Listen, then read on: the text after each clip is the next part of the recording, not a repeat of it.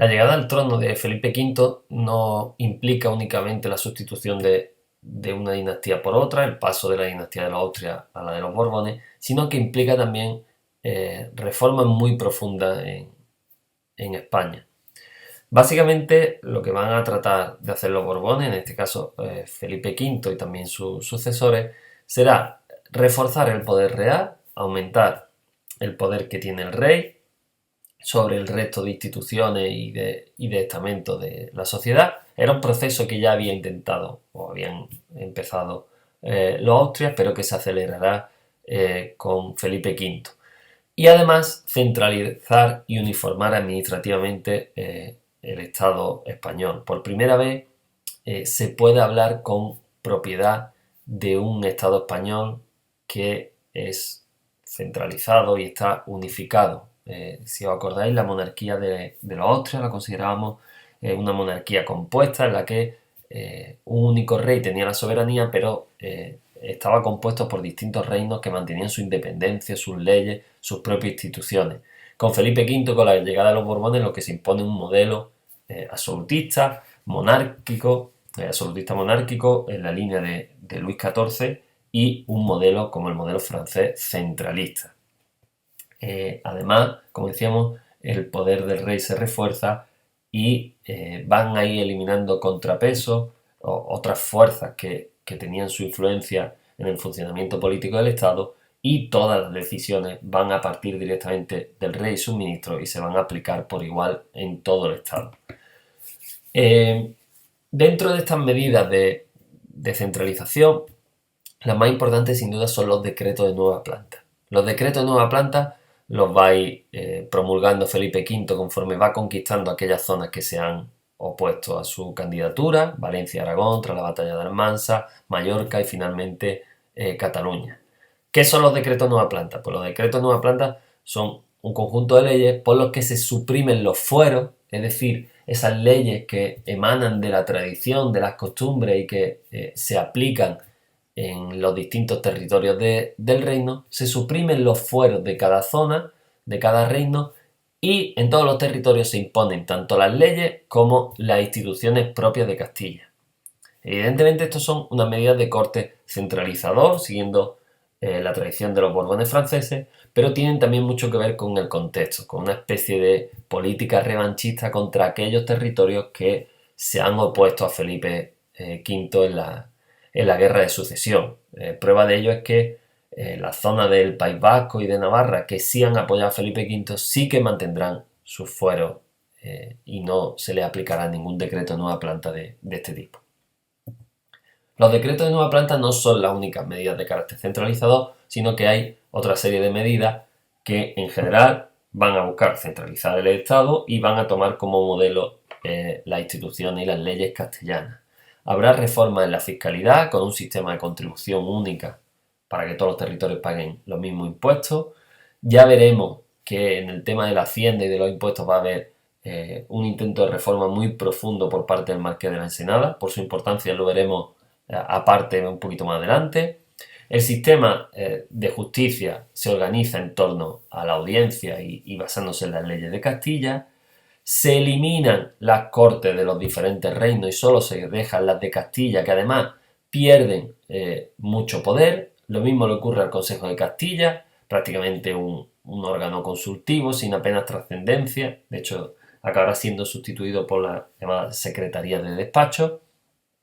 Se crea un cargo de origen francés, el de intendente, que son funcionarios que dependen del rey, que están encargados sobre todo del cobro de impuestos, también de la realización de obras públicas, y el modelo de corregidores o enviados del rey en los ayuntamientos se generaliza en todos los reinos, también en Aragón. Se crean demarcaciones provinciales, no exactamente provincias, más bien demarcaciones provinciales, antecedentes de las provincias que surgirán en el siglo XIX, y al mando de ellas está un capitán general que depende directamente del rey. En cuanto al proceso de reforzamiento del poder real, que como decíamos ya viene de la época de los Habsburgo, de la época de los Austria, pues bueno, el modelo, como hemos comentado, es el modelo del absolutismo francés. Todo el poder se concentra en manos del rey. instituciones, como hemos dicho, como las Cortes, el Consejo de Castilla, se vacían de poder. Se crea una especie de antecedente de los actuales ministerios, que es el de las secretarías de despacho, que rinden cuentas directamente al rey, son profesionales que se encargan de los diferentes ámbitos, y también hay un intento de reforzar el poder o con respecto a la otra gran institución, junto a la monarquía de esta época, que es la Iglesia.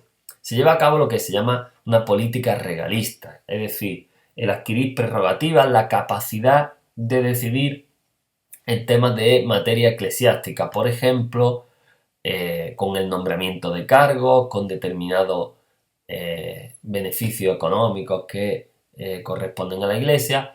Todo ello los Borbones irán intentando eliminarlo, quitárselo a la Iglesia para que se lo quede la corona, como será a partir de la concesión del Patronato Universal que se firma en tiempos de Fernando VI.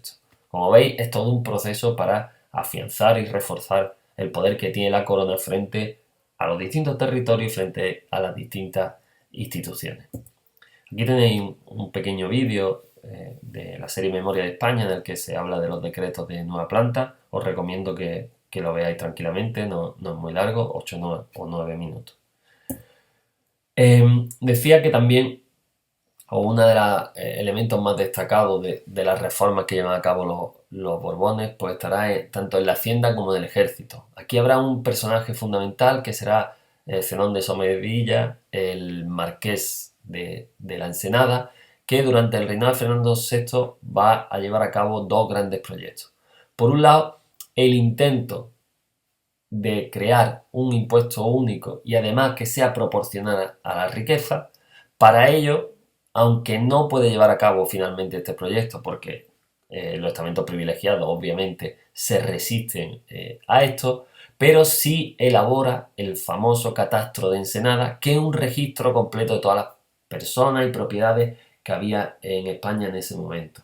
Será el primer intento por no solo reformar el sistema fiscal en el que contribuyan también los ricos, sino el primer registro completo de las propiedades y las riquezas que existen en España, y entre otras cosas ha sido una fuente de primer orden para los historiadores de esa época.